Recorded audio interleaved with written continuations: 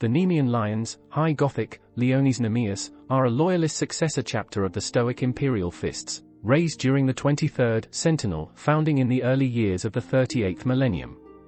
They were created in response to an increase in orc activity in the vicinity of the Aeaean cluster in Ultima Segmentum. Regulus Shaka, the founder and first chapter master, fought hard to establish the chapter and mold them into a well-equipped fighting force, despite the indifference of the Imperium's logistical system, to make sure they could resist the green-skin hordes that opposed them.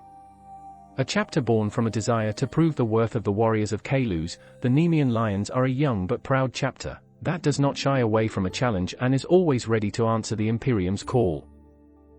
As a largely Codex-compliant chapter, the Nemean Lions predominantly adhere to the tenets of the Codex Astartes, with exceptions regarding naming conventions and some minor elements of organization. Marines hailing from the chapter are proud individuals, bearing markers on their armor and wearing pelts as displays of their personal courage and achievements. Acts of bravery are lauded, and a brother that defeats a powerful foe is likely to be marked out for future greatness. Yet despite this, they are level-headed as well, creating robust battle stratagems that are calculated to minimize casualties, both their own and that of civilians.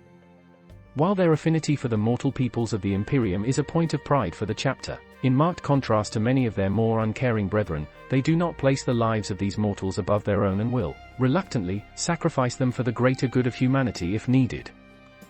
As of the 42nd millennium, the chapter is currently recovering from heavy losses incurred during the fall of Cadia and the subsequent formation of the Cicatrix Maledictum. Furthermore, their homeworld was ravaged by a splinter fleet of the Great Devourer and most of the inhabitants slain or scattered. While the planet survived, albeit barely, it was forever altered by the event, and the chapter has become fleet-based while the massive restoration efforts are underway to try and salvage it.